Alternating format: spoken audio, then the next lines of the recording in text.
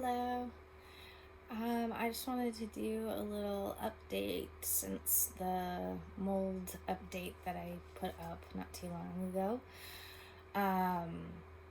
So obviously I've been working really hard for many months now on the fifth wheel, getting rid of the mold. I was also doing the MCAS trials. Did a couple videos back on it. I'll either put the link somewhere here if I figure that out. Otherwise, in the description below, I will have the link. So that has been crazy. All kinds of different things. I had to do H1 blocker. Then I had to start the H2 blocker that I had to take at the same time as the mast cell stabilizer and like all these different things. And there are different types of H1 blockers, different types of H2 blockers, different mast cell stabilizers to take, and then there's all combinations of different ones to take, and finding your combination can be extremely challenging and take a long time, because with MCAS, you can be sensitive to anything and you never know what it is that's affecting you, and oh my gosh, that's why it's challenging. Even when I drink things that are too cold, I start having almost anaphylactic sort of situation. My throat starts to kind of close up, it's harder to breathe, I start coughing, everything gets all just hard to breathe. And it's so weird. Just drinking cold water could do that to me. There's a whole long list of different things that actually activate mast cells in your body that then produce the histamine response, as if you are allergic to something, even if your whole life you could tolerate it, and then boom, all of a sudden you can't. And it can be very challenging, and it is definitely a long haul situation, but I'm trying to stay positive and keep with it, because that diagnosis, more than any other one I've ever had, makes sense and explains all of the weird, bizarre things that seem to affect me and put me into my seizure like activity and all kinds of things. So MCAS trials. Right now I'm titrating off of a bunch of different pills, see how my body responds. If my stomach issues and my sinus issues and all that seem to get worse or don't change, and then we're going to try a different route, and it's just narrowing it down until you figure out what works for you. So that's the MCAS stuff. We don't have mold here in our place anymore, but I have mold in my system still, for sure. It takes a while and a long procedure to get rid of it as well. So I'm comparing the low histamine diets for the MCAS with the mold diet and seeing what things overlap and trying to eliminate those things from my diet.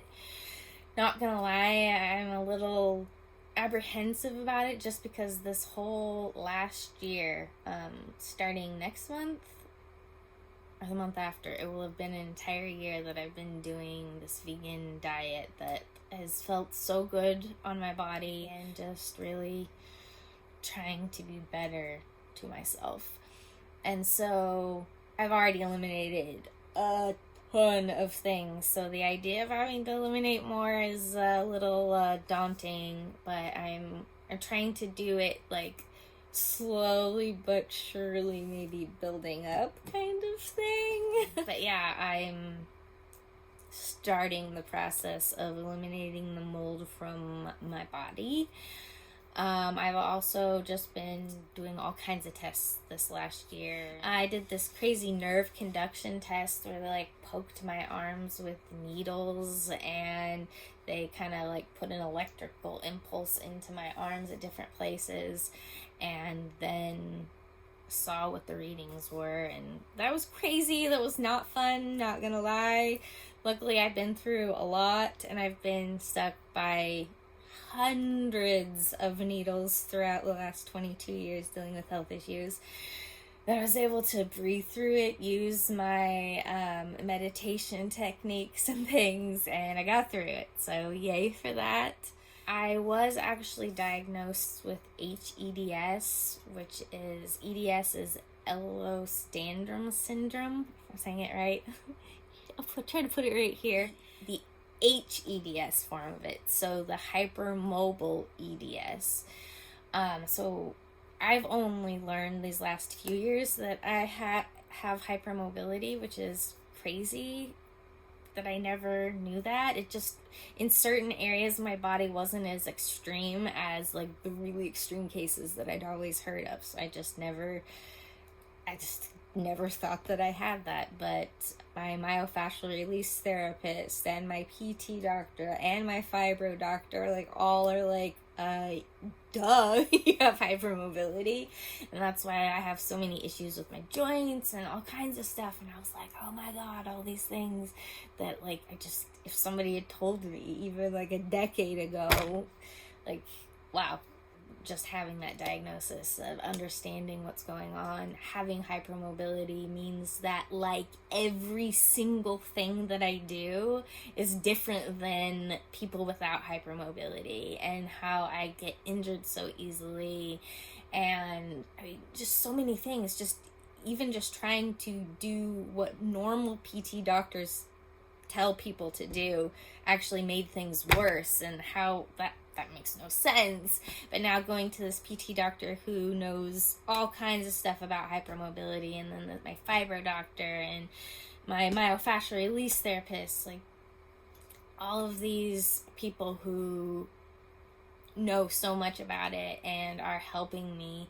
And that explains more, like, why my PT doctor is helping me with stability more than anything else, strengthening my muscles from the core, not trying to brace all the time with these other big muscles.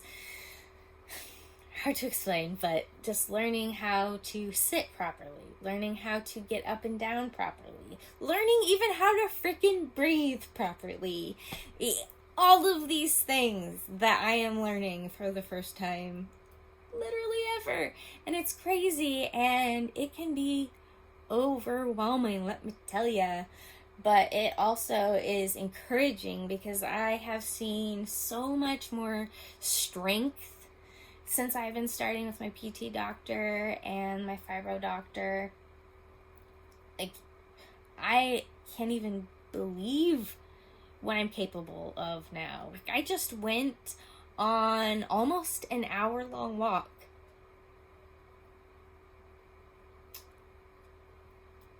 Wow.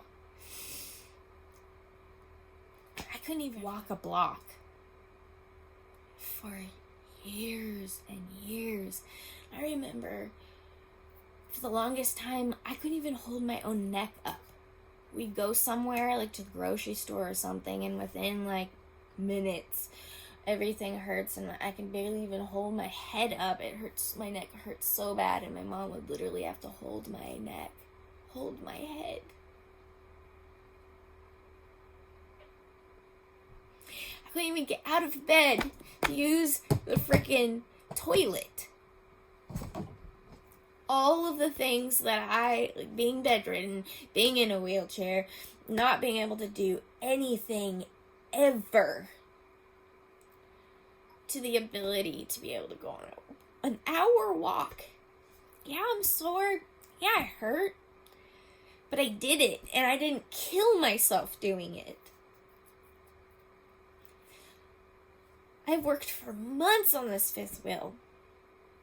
If I hadn't had months before that, building the strength with my PT doctor and doing all of these things to strengthen the different systems inside my body that my fibromyalgia doctor is having me do, all of that, I am seeing tremendous progress in this very short amount of time. And I am so beyond grateful.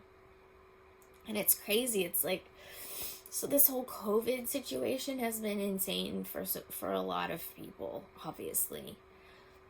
And I was really frustrated at the beginning that I had just started this journey with my fibromyalgia doctor and my PT doctor, and I was already like so hopeful and really believing that they would help me. And then the COVID situation happened and I couldn't get to any of my doctors or do these treatments or tests or anything like that. And I'm not gonna lie, I was feeling like I finally have this opportunity and all these people have helped me to make this reality, and now there's something else in the way. But I refused to lose my hope in the situation, and we were able to figure out kind of alternative things of emailing and this and that. But this whole year, like, it's almost like COVID has been a blessing in disguise where that is concerned, because it has taken a lot longer to have each of these appointments, and therefore the money has honestly stretched so much longer than we ever would have imagined it would have. I've been grateful that I've been able to get and pay for the appointments that I have. I've been given skills and given supplements or PT exercises or whatever it may be that I can really learn to kind of perfect during the much longer periods of time in between each of the appointments. So that there's kind of, been a blessing in disguise, that's for sure. What else? I have a test in March for dysautonomy. I'll write it here. But it's an umbrella, and one of the things that falls under that umbrella is POTS, postural orthostatic tachycardia syndrome. I was diagnosed with that in high school. But that is a diagnosis that can often be diagnosed in high school, but then over time you kind of grow out of it, so to speak, and it's not necessarily something that you have forever. And so my fibro doctor really wants me to get tested for that to see for sure if I do or not, because that will determine kind of what direction we go where that's concerned. And often that goes along with HEDS and MCAS, like they all kind of like live together often. Since I have been diagnosed with EDS, excuse me, it's really important that I get tested for all of the other vascular forms of EDS, which are a lot more dangerous and a lot more degenerative and just a lot more challenging than just HEDS. So I have now been going through the next round of testing, and I had an echocardiogram, was one of the only tests I think that I've never had before. So that was really cool to see the different chambers in my heart and seeing like the valves open and close, and they did a Doppler vision of it, so it was like the weather of my heart. I came up with that. But that's what it made me think of, and it was so freaking cool. Anywho, that was like one of the few tests that I actually enjoyed and I was excited for. So yeah, that was cool. And I'll be getting a few gene tests as well, and I had some blood tests that I took. I had to have the dilated eye exam for them to look at the vascular stuff going on in my eyes. All kinds of things. And everything that I've taken thus far has come back negative, so yay for that. I had a very interesting, weird, surprising eye appointment. So, as you see, I'm wearing glasses. I wore glasses for a short amount of time. My eyes got worse. Primarily it's just my left eye got worse. And then all of a sudden it cleared up and I didn't need my glasses for a while. And then I had this appointment. And they did all the different tests, regular tests that they do. And they're like, your eyes look beautiful, they look healthy, and yeah, you have, a hard time seeing out of this eye, but that's about it. You do want to probably wear glasses though, and blah blah blah. So then we get to the actual dilated eye exam where they put the drops in my eyes and they had me sit for like 20 minutes and then came back, and the doctor like manually looked in my eyes, not with the different machines and things, but actually looked in my eyes himself. And he goes, well, that's interesting. That was unexpected. I'm like, what the heck? Why would you say that? What did you find out? Oh my god. And he said, so he tells me what it is, what's going on. And then like maybe 5-6 more times in the appointment, he was like, well, that was unexpected, blah, blah, blah. And I'm like, oh my god, I get it. So he tells me, you have cataracts. Excuse me? I have what? I'm not even 40 years old. No one gets cataracts at this age. Are you kidding me? And he's like, yep. And it's at the back of the lens, which means it's the more aggressive type and quick forming. Okay.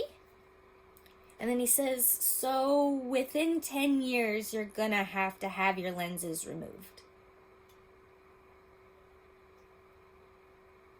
So before I'm even 50 years old, I'm going to have surgery to have my lenses removed. Because I won't be able to see. Wow. Well, he sure was right. That was pretty unexpected. Especially the fact that my eyes were so healthy. And he's like, it must be part of your diagnosis condition. Like, what else do you say?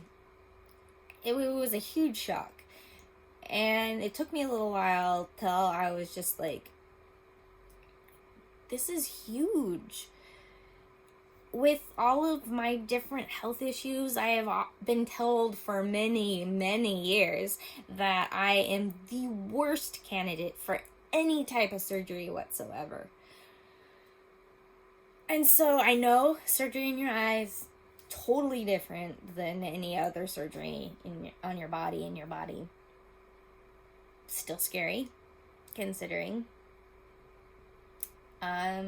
Yeah, and then there's the fact that I'm an artist. I see life. I see colors and things very vividly, and like, would that change it? And then I'm like, do I have the more scary form of the vascular form of EDS? Is that why I have cataracts? And like, of course, like, all of these thoughts come in. And yeah, I was just absolutely baffled, blown away.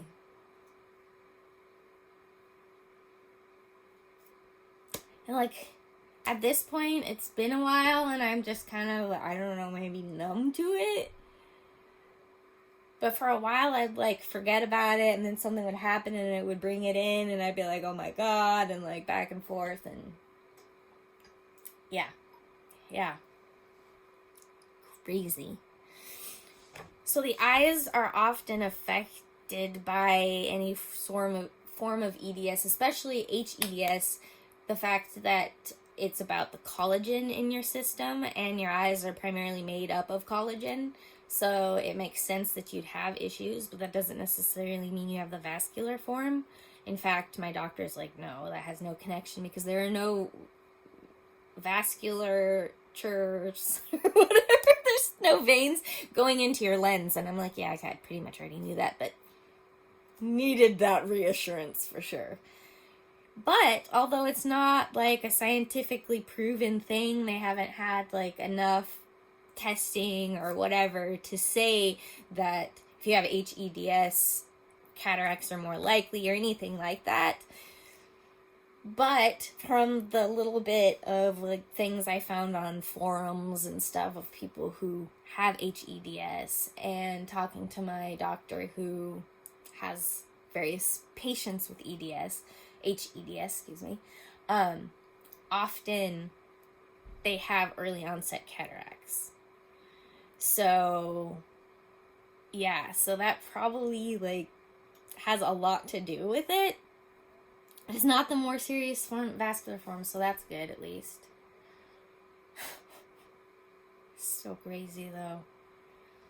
Well, good thing I had this diagnosis, so that I had to take this test, so that I found out what's going on in my eyes. So yeah. So now my glasses, I have these glasses, not just for the left side of my eye, which is again needing of glasses, but I also have like the different tinting in my glasses that make it easier for people who have cataracts. All of these crazy things. Oh my goodness gracious. Ah. And also something like a side note of craziness that I thought was, before seeing long distance, my left eye was messed up where that was concerned. Now, my left eye can see distance just fine, but it can't see, and it can see up close just fine. But the mid-range, it has a hard time seeing. Like, how does that change? That is so weird. Anywho, I digress. I think that's about it for now. I'm not going into wide depths of what HEDS is in this video. Primarily because I'm still learning what it is. Yeah, so I guess those are my updates right now. Lots of tests, lots of appointments. Been able to stretch it out with this COVID situation. I've been able to figure out all of these amazing things. I'm strengthening, and there's lots to come. Lots more things that need to be done in all the different areas that I talked about. But yeah, I'm moving in the right direction, and there's definitely light at the end of this tunnel. I've always known that this wouldn't be like a quick fix. It's a long-term thing because it took a long time to acquire all of this stuff, and I've had it for a long time. I'm just grateful for all the opportunity, and yeah, progress, man. Progress.